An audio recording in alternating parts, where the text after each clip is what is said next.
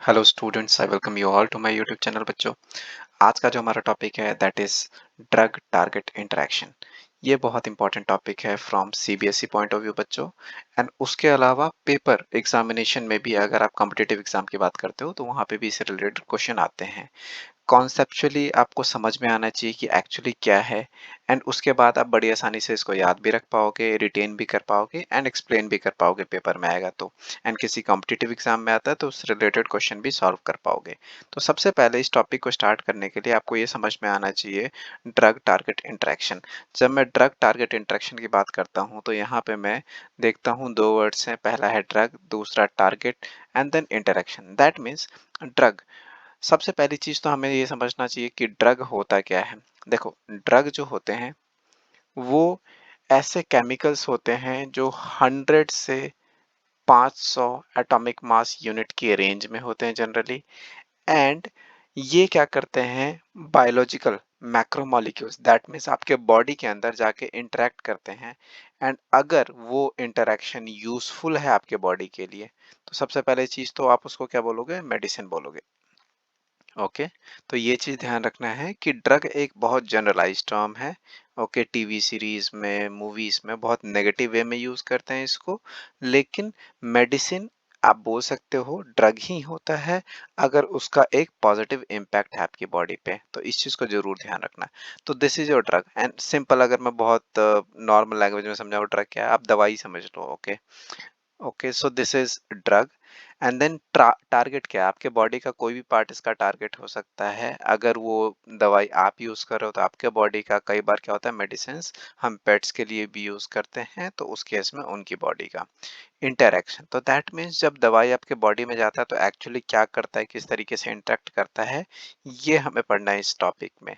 Okay, so I hope आपको ये चीज क्लियर है कि एक्सपेक्टेशन क्या है इस टॉपिक से। ओके, एंड जब आप ड्रग टारगेट इंटरेक्शन की बात करते हो और अगर मैं सीबीएसई के पॉइंट ऑफ व्यू से बात करूं तो दो चीजें आपको पढ़नी है ड्रग टारगेट इंटरेक्शन में। दो चीजें आपको पढ़नी है। सबसे पहला है enzyme as a drug drug target, enzyme as a drug target target and दूसरा है आपका receptor as a drug target, receptor as a drug target. तो सबसे पहली चीज है कि एंजाइम क्या होता है, रिसेप्टर क्या होता है, ये सारी चीजें भी हमें समझना पड़ेगा इन ऑर्डर टू अंडरस्टैंड कि ड्रग टारगेट इंटरेक्शन में क्या है। इस वाले वीडियो को मैं enzyme as a drug target तक ही रखूंगा। नेक्स्ट वीडियो में मैं आपको receptor as a drug target भी अलग से समझाऊंगा। ओके, तो सबसे पहली चीज, जैसा कि यहाँ पे मेंशन्ड है, आपकी बॉडी है, बॉडी के अंदर क्या होंगे, मैक्रोमोलिक्यूल्स होंगे। कौन कौन से मैक्रोमोलिक्यूल्स हो सकते हैं आपके बॉडी में, अगर मैं ब्रॉडर पर्सपेक्टिव में बात करूं तो मैक्रोमोलिक्यूल्स अगर आपकी बॉडी में बात करूं, राइटिंग बच्चों थोड़ी सी ऊपर नीचे हो रही है, मेरे थंब में फ्रैक्चर हो रखा था, जस्ट रिकवर हुआ है। सो मैं बहुत ज़्यादा प्रेस नहीं कर सकता उसको, so I hope you will bear with that. Okay, so macromolecule की अगर मैं बात करूं तो मेनली आपके बॉडी में किस किस तरीके के हो सकते हैं, आपका कार्बोहाइड्रेट होता है, राइट। आपके पास कार्बोहाइड्रेट है। देन उसके अलावा आपका क्या हो सकता है, आपके पास लिपिड्स हैं। उसके अलावा आपके पास क्या है, प्रोटीन्स हैं। एंड उसके अलावा न्यूक्लिक एसिड है। ओके, न्यूक्लिक एसिड है। ओके, इन सारी चीज़ों के बारे में आप बायोमोलिक्यूल्स चैप्टर में बहुत अच्छे तरीके से पढ़ोगे। लेकिन अगर मैं यहाँ पे बात करूँ एंजाइम एंड रिसेप्टर्स की, तो ध्यान रखना ये दोनों प्रोटीन होते हैं। ये दोनों क्या होते हैं, प्रोटीन होते हैं, एंजाइम भी एंड रिसेप्टर भी। ये दोनों क्या होते हैं, प्रोटीन होते हैं। एंड जो हमें बुक में पढ़ना है, सीबीएसई में पढ़ना है, that is enzyme as a drug target and receptor as a drug target. That means आपके एंजाइम पे और आपके रिसेप्टर्स पे किस तरीके से ड्रग असर डालती है, इन सारी चीज़ों को हमें पढ़ना है। किस तरीके से नेचुरली वो काम करते हैं, किस तरीके से ड्रग उनको ड्रग उन पे इम्पैक्ट डालता है, किस तरीके से ड्रग्स की हेल्प से आप उनके फंक्शन को चेंज कर सकते हो, एज इन की जब आप बीमार होते हो तो मोर और लेस आप यही सारी चीज़ें कर रहे होते हो। ओके, दवाई खाते हो, आप ठीक हो जाते हो और उस चीज़ को मैं आपको ढंग से एक्सप्लेन करता हूँ। लेकिन डिटेल में समझने से पहले कि enzyme as a drug target, that means enzyme पे ड्रग किस तरीके से अटैक करता है या किस तरीके से इंटरेक्ट करता है, ये रिसेप्टर पे किस तरीके से अटैक करता है, किस तरीके से उसके साथ इंटरेक्ट करता है, उससे पहले ये चीज क्लियर होना बहुत जरूरी है कि एंजाइम और रिसेप्टर होते क्या हैं। ये तो समझ आ गया कि प्रोटीन होते हैं, लेकिन प्रोटीन के अलावा भी इसमें कुछ होगा, राइट। दैट मीन्स प्रोटीन से बढ़ के भी, खाली ये बता दो कि खाली प्रोटीन होता है, उससे भी ज्यादा थोड़ा बहुत कुछ ना कुछ इसमें जरूर होगा, वो आपको समझ में आना चाहिए। तो सबसे पहले हम समझते हैं एंजाइम। मैं रिसेप्टर का भी डेफिनेशन बताऊंगा, लेकिन डिटेल में इसको हम कवर करेंगे नेक्स्ट वीडियो में। सो अगर मैं एंजाइम की बात करूं, एंजाइम बहुत बार आपने सुना होगा। एंजाइम क्या होते हैं? These are biological catalyst. Protein तो है ही, प्रोटीन तो है ही, साथ के साथ ये क्या होते हैं? बायोलॉजिकल कैटलिस्ट होते हैं। देखो, आप सबकी बॉडी में बहुत सारे केमिकल रिएक्शन हो रहे हैं, राइट। एंड इन्हीं केमिकल रिएक्शन की वजह से आप जिंदा हो। हर सेकंड आपके बॉडी में मिलियंस ऑफ रिएक्शंस हो रहे हैं, और उन रिएक्शंस के बदौलत आप क्या हो? जिंदा हो। ओके। सो आपने सुना होगा, कई लोगों के बारे में बोलते हैं कि इसका मेटाबॉलिज्म हाई है, मेटाबॉलिज्म स्लो है। That means overall chemical reaction की मैं बात कर रहा हूँ जो बॉडी के अंदर हो रहा है। अब उन केमिकल रिएक्शन को कैरी आउट करने के लिए क्या चाहिए? बायोलॉजिकल कैटलिस्ट चाहिए। नॉर्मल केमिकल रिएक्शन के लिए आपने सुना होगा कि A+B से मेरे को C+D बनाना है, इस रिएक्शन को फास्ट करना है, तो I will use catalyst, right. So catalyst क्या होता है? रेट ऑफ रिएक्शन को एनहांस कर देता है। इसी तरीके से आपके बॉडी में बायोलॉजिकल कैटलिस्ट्स होते हैं जो आपके बहुत सारे बॉडी के अंदर के रिएक्शन को कैरी आउट करने के लिए बड़े इंपॉर्टेंट होते हैं। ओके। एंड उनको आप क्या बोलते हो? एंजाइम बोलते हो। तो ये चीज आपको ध्यान रखना बहुत ज्यादा जरूरी है कि एंजाइम क्या होते हैं। नाउ अगर मैं रिसेप्टर्स की बात करूं, रिसेप्टर्स, तो ये अगेन क्या होते हैं? प्रोटीन तो है ही है, लेकिन ये बहुत क्रूशियल रोल प्ले करते हैं in communication system of body, communication system. Okay. जो ओवरऑल कम्युनिकेशन मैकेनिज्म है बॉडी का, दैट मीन्स आप गर्म चीज को छूते हो, आपको ब्रेन को पता चल जाता है कि यहाँ से हाथ हटाना है, दैट मीन्स कम्युनिकेट हुआ है कि भैया ये गर्म है, हटाओ नहीं तो जल जाओगे, राइट। तो ये सारी चीजें जो होती है, जिसकी हेल्प से होती है, that is called receptors. Okay. So जैसा कि मैंने बोला कि रिसेप्टर्स एक बहुत क्रूशियल प्रोटीन होते हैं जो कम्युनिकेशन सिस्टम के लिए बहुत इंपॉर्टेंट होते हैं बॉडी में। ओके। तो आप ये पूछ सकते हो कि रिसेप्टर्स के कुछ एग्जांपल अगर मैं बता दूं आपको, तो देखो रिसेप्टर्स, यस, अगर मैं एग्जांपल की बात करूं तो रिसेप्टर्स काफी तरीके के हो सकते हैं। उसमें से कुछ इंपॉर्टेंट एग्जांपल अगर मेरे को देखने हो रिसेप्टर्स के, तो कौन कौन से हो सकते हैं? आपके पास कीमो रिसेप्टर्स हो सकते हैं। Okay. Chemo receptors, that means chemical message अगर मेरे को पास करने हैं, देन आपके पास थर्मो रिसेप्टर्स हो सकते हैं, देन आपके पास फोटो रिसेप्टर्स हो सकते हैं। जैसे आपकी आंखें हैं, लाइट पे वो क्या होती है? सेंसिटिव होती है, लाइट होता है तो उनको पता चल जाता है। तो ऐसे जो आपके आंखों में ऐसे चीजें जो ये मेक श्योर करती हैं कि लाइट आए तो उसको वो समझ पाए कि हाँ कुछ एक मैसेज आ रहा है जिसको मैं देख सकता हूँ, समझ सकता हूँ, लाइट को बेसिकली इंटरप्रेट कर सके, तो वैसे रिसेप्टर्स को आप क्या बोलोगे? फोटो रिसेप्टर्स बोलोगे। आई होप आपको ये चीज समझ आई होगी। इसी तरीके से आपके, अगर मैं बात कर रहा था कि आपके बॉडी में मैक्रोमोलिक्यूल्स होते हैं बहुत डिफरेंट डिफरेंट तरीके के, सो सब अपने अपने तरीके से इंपॉर्टेंट होते हैं। कार्बोहाइड्रेट हो गया, लिपिड्स हो गए, प्रोटीन्स हो गए, न्यूक्लिक एसिड हो गया। जैसे आपको पता है न्यूक्लिक एसिड बहुत इंपॉर्टेंट होता है, इसके अंदर आपके जेनेटिक इंफॉर्मेशन होती है। आपको पता होगा कि डीएनए, आरएनए, ये सारी चीजें क्या है? ये मतलब generation to generation information pass करते रहती हैं कि किस तरीके से इंफॉर्मेशन पेरेंट्स से ऑफस्प्रिंग्स में पास होगा।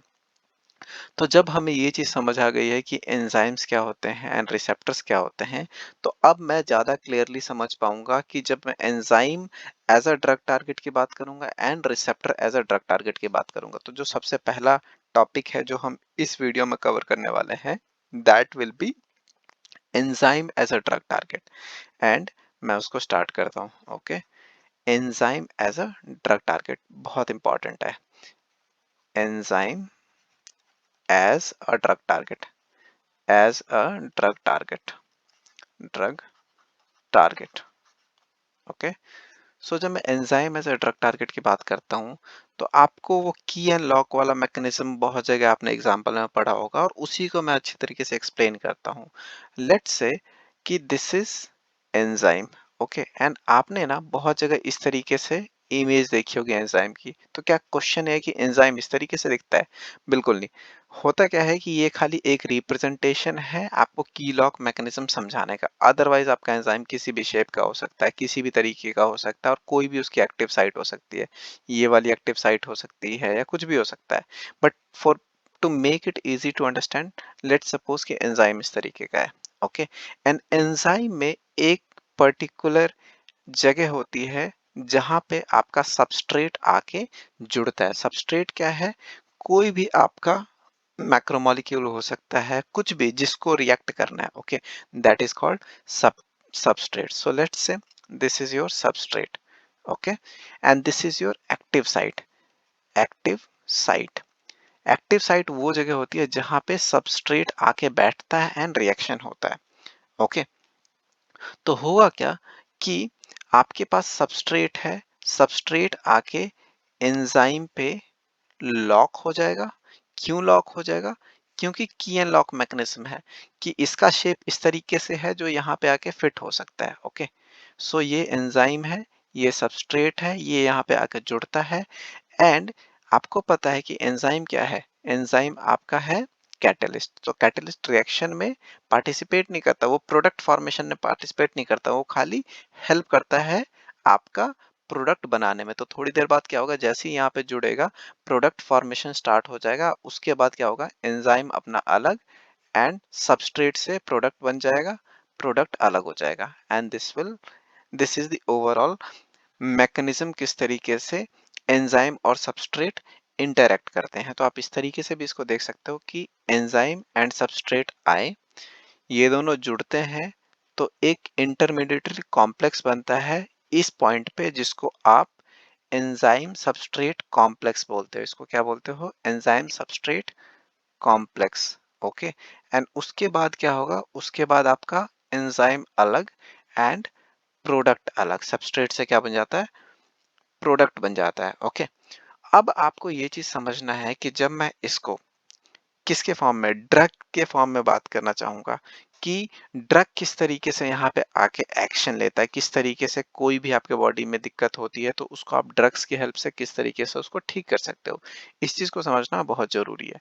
तो उसके लिए सबसे पहले आपको ये समझना जरूरी है कि आपका एंजाइम करता क्या है, ये एंजाइम एक्चुअली में यहाँ पे क्या टास्क कर रहा है। तो मेनली अगर मैं ब्रॉडली देखूं function of enzyme, function of enzyme, तो फंक्शन ऑफ एंजाइम में ब्रॉडली दो चीजें हैं जो आपको समझनी है। सबसे पहला इसका काम क्या होता है? होल्ड दी सबस्ट्रेट, सबस्ट्रेट को होल्ड करना, so that it can be attacked by the reagent. Okay, अब होता क्या है कि ये एंजाइम है। ओके, अब एंजाइम के अंदर बहुत सारे रिएजेंट्स होंगे जो हेल्प करेंगे उसको जल्दी जल्दी रिएक्ट करने में। तो सबसे पहले एंजाइम पे एक ऐसी जगह होगी जहां पे आके कोई चीज पहले फिट हो जाए।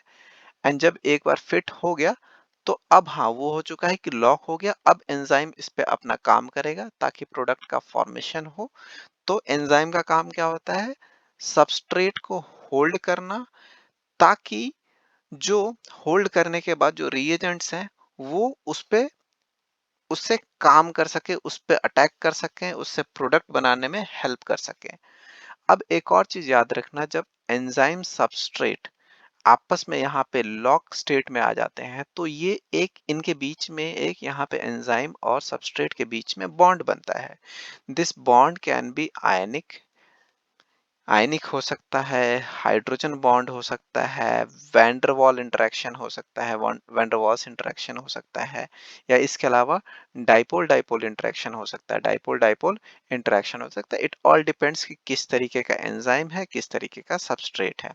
ओके, लेकिन याद रखना कि यहाँ पे बॉन्ड बनता है। ओके, बॉन्ड बनता है। एंड द सेकंड जो मैं फंक्शन है वो एंजाइम का क्या है, वो है फंक्शनल ग्रुप प्रोवाइड करना। जब यहाँ पे आप बोल रहे हो कि ये अटैक करता है तो ये क्या करते हैं, यहाँ पे provide functional group, provide functional group, functional group, provide functional group that will carry out reaction, that will carry out that will carry out reaction.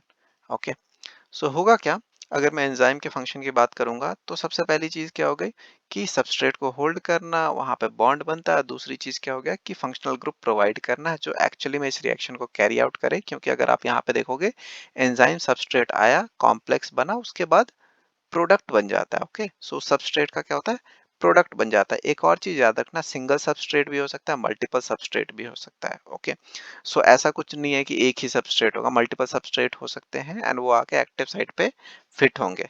Okay, and ये याद रखना कि हर एंजाइम हर सबस्ट्रेट के साथ इंटरेक्ट नहीं करता, ये बहुत स्पेसिफिक होता है। की एंड लॉक का मैकेनिज्म है, हर चाबी से आप हर ताले को नहीं खोल सकते, राइट? या फिर हर ताला एक सिंगल चाबी के लिए नहीं बना होता। तो इसी तरीके से सबस्ट्रेट एंड एंजाइम आपके बड़े स्पेसिफिक हो सकते हैं कि एक सर्टेन टाइप का एंजाइम एक सर्टेन टाइप के सबस्ट्रेट पे ही काम करेगा, या एक सर्टेन टाइप का सबस्ट्रेट एक सर्टेन टाइप के एंजाइम के साथ ही काम करेगा, सबके साथ नहीं करेगा। That means this is not generic. Okay, so ये चीज आपको ध्यान रखना है। अब जो आपको जो चीज ध्यान रखनी है दैट इज, इतना आपको क्लियर हो गया। नाउ अब होता क्या है कि ये तो हमने सबस्ट्रेट के पर्सपेक्टिव से पढ़ लिया। अब इसको सिंपल मैं एक एग्जांपल देता हूँ। लेट्स से होता क्या है कि आपके बॉडी में बहुत एक जेनरिक एग्जांपल देता हूँ just to make you understand कि किस तरीके से चीजें काम करती हैं। लेट्स से आपके सर में दर्द हो रहा है। ओके, आपके सर में क्या हो रहा है, दर्द हो रहा है।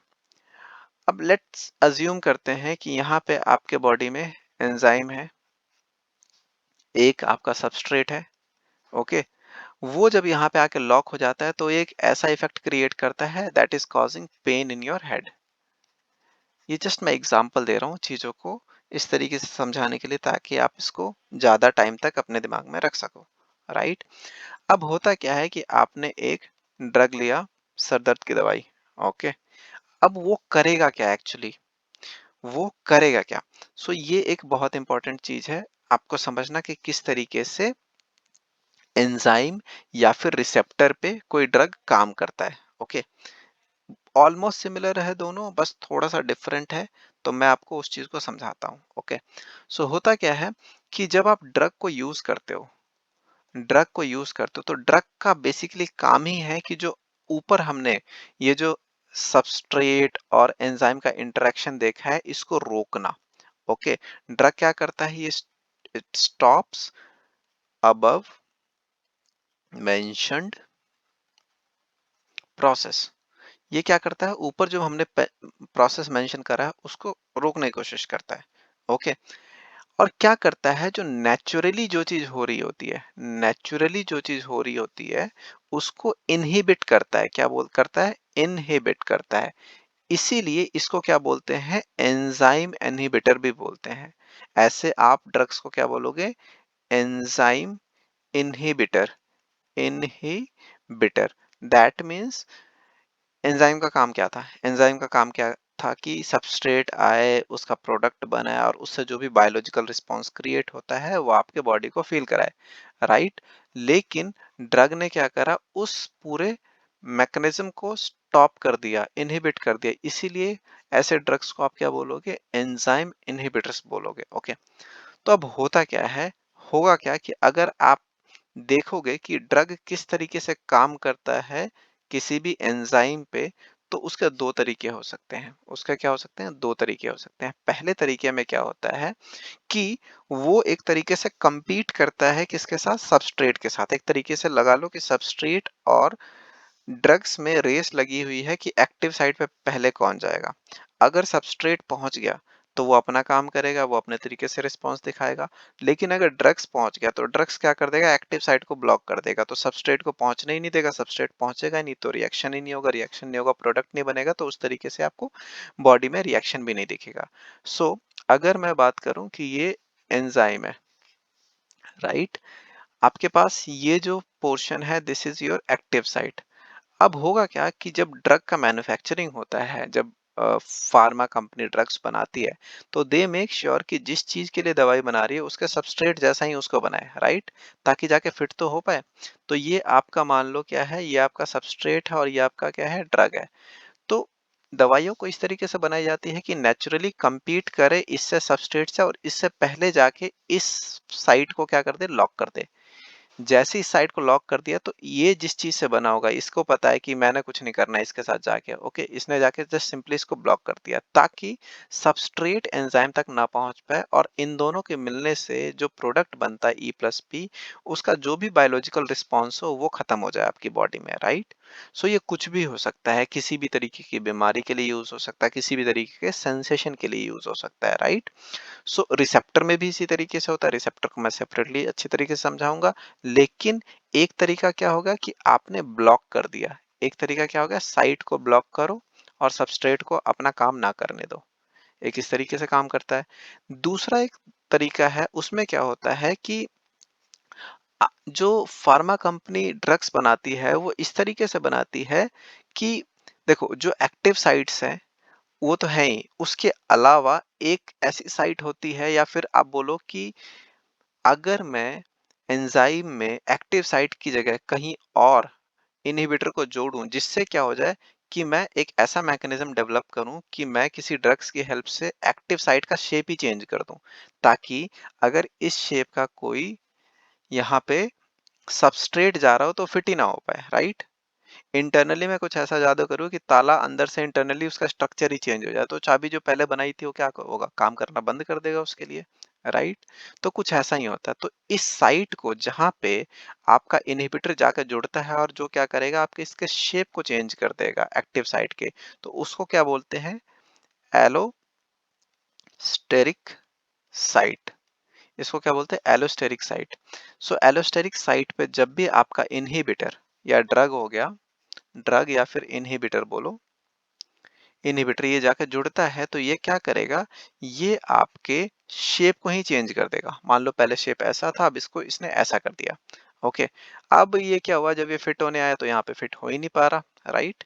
तो इस तरीके से भी आप मैकेनिज्म को रोक सकते हो। एक तो है कि आप लड़ाई करके उससे आगे निकल जाओ, एंड दूसरा क्या है कि उसको ऐसा दिखाओ कि अरे ये तो वो जगह ही नहीं है जहाँ पे मेरे को जुड़ना था, राइट। तो दोनों केस में अल्टीमेटली आपका पर्पस क्या है कि सबस्ट्रेट और एंजाइम को जुड़ने नहीं देना।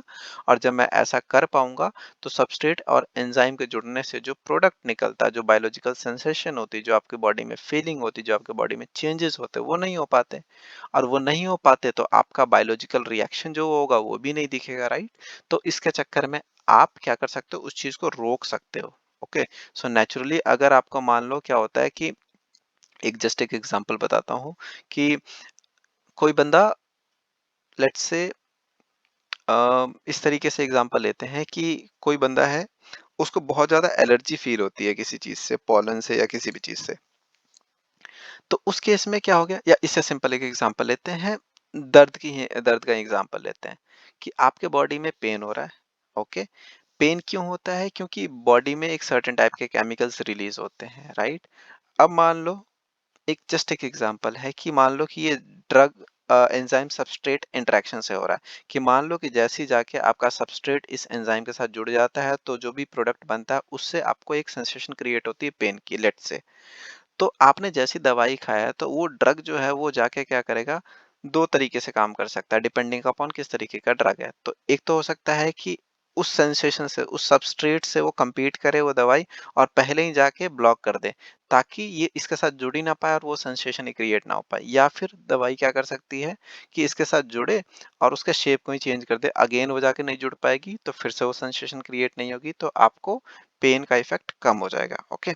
Because pain is again a biological response, right. कुछ ऐसा जादू नहीं हो रहा आपके बॉडी में। अगर उस चीज को दबा पाए हम, जैसे मान लो कि एनेस्थीसिया देते हैं कोई बड़े ऑपरेशन से पहले, तो ऐसा थोड़ी है कि मतलब बॉडी को पेन नहीं हो रहा, बस आपके दिमाग तक उस जो पेन का सेंसेशन होता है उसका आप दिमाग तक नहीं पहुंचने दे रहे हो, पेन अभी भी उतना ही होता है, राइट। अगर आप मान लो, सिंपल सी चीज है, ब्रेन स्लो हो जाती है जब आप सो रहे होते हो, तो उस टाइम अगर आपको कोई चींटी काटे तो इतना सेंसेशन फील नहीं होता क्योंकि सब कुछ स्लो रखा है। लेकिन वही अगर जब जागते हो, होश में आते हो, तो आपको लगता है "अरे, अभी भी पेन हो रहा है"। दैट मीन्स जो इंफॉर्मेशन पास हो रही है दिमाग को वो थोड़ी सी स्लो कर दी गई है, राइट। एंड ड्रग्स उस तरीके से काम करते हैं, ओके। तो आई होप आपको ये चीज समझ आई होगी।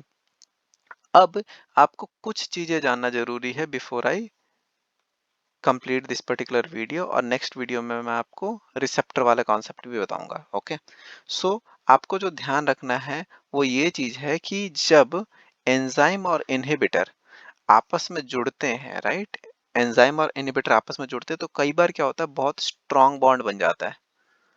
स्ट्रांग बॉन्ड बनने के चक्कर में क्या होता है कि आपने देखा होगा नेचुरली क्या होता है, जब वो जुड़ता है तो प्रोडक्ट बनने के बाद हट जाता है, तो एंजाइम फ्री हो जाता है अपना अगला काम करने के लिए। लेकिन जब आप मेडिसिन की हेल्प से, ड्रग्स की हेल्प से उस चीज को रोकने की कोशिश करते हो तो कई बार स्ट्रांग बॉन्ड बनता है, और उस स्ट्रांग बॉन्ड को तोड़ा नहीं जा सकता, या फिर बहुत हार्ड है उसको तोड़ना। तो अब एंजाइम तो हमेशा के लिए ब्लॉक हो गया, राइट। एंजाइम क्या हो गया आपका, परमानेंटली ब्लॉक हो गया। तो बॉडी क्या कर देती है, ऐसे एंजाइम्स को डिस्कार्ड कर देती है, एंड बॉडी फिर से न्यू एंजाइम क्रिएट करती है, बिकॉज बॉडी को एंजाइम तो चाहिए, है ना, बाकी सारे एक्शंस को परफॉर्म करने के लिए। तो इसीलिए आपने सुना होगा कई बार कि जो मेडिसिन होते हैं उसके साइड इफेक्ट क्यों होते हैं, क्योंकि यही सारी चीजें होती हैं, उसने ब्लॉक कर दिया, बॉडी को नया बनाना है, ये सारी चीज। लेकिन नेचुरली क्या था कि वो फ्री हो जा रहा था, राइट। तो ये एक रीजन होता है कई बार कि क्यों साइड इफेक्ट्स हो सकते हैं, मतलब ये एक एग्जैक्ट रीजन नहीं है, but one of the reasons. Okay, तो ये चीज आपको समझ में आना बहुत जरूरी है। तो मैं जस्ट अगर रिवाइज करूँ ओवरऑल इस वाले टॉपिक को आज जो हमने कवर करा है, तो आज हमने बस ये जानने की कोशिश करी है कि दवाइयाँ किस तरीके से आपके एंजाइम के साथ रिएक्ट करती हैं, ट्रीट करती हैं, किस तरीके से आपको वो दवाइयाँ इफेक्ट करती हैं जब आप कोई दवाई खाते हो। ओके, किस तरीके से आप एक ड्रग्स की हेल्प से ठीक हो पाते हो, आपके सेंसेशन को बढ़ा सकती है, कम कर सकती है, वो सारी चीजें हमने समझी। हमने समझा प्रोटीन क्या होता है, हमने समझा रिसेप्टर क्या होता है, एंजाइम एज ड्रग टारगेट किस तरीके से काम करता है, एंजाइम सबस्ट्रेट किस तरीके से काम करता है, एंजाइम सबस्ट्रेट इन कॉम्प्लेक्स कब बनता है, प्रोडक्ट किस तरीके से बनता है, एंजाइम के फंक्शन क्या होते हैं। उसके अलावा फिर फाइनली हमने देखा कि ड्रग किस तरीके से इनहिबिटर की तरह काम करता है, एलोस्टेरिक साइट्स क्या होती हैं, किस दो तरीके से एंजाइम और ड्रग आपस में इंटरेक्ट करते हैं। एक होता है नेचुरली compete करके सबस्ट्रेट से, दूसरा होता है कि आप शेप ही चेंज कर दो उसके एक्टिव साइट का, ताकि वो अटैच ही ना हो पाए। तो आई होप आपको ये बिल्कुल अच्छी तरीके से ये वीडियो समझ आई है, एंड नेक्स्ट वीडियो में आपको मैं बताऊंगा receptor as a drug target, that is also very important. But अभी के लिए इतना ही। Thanks for watching this particular video. अगर आपको टॉपिक पसंद आया है तो अपने दोस्तों के साथ शेयर करना, लाइक करो, कमेंट करो। Thanks for watching. Bye bye.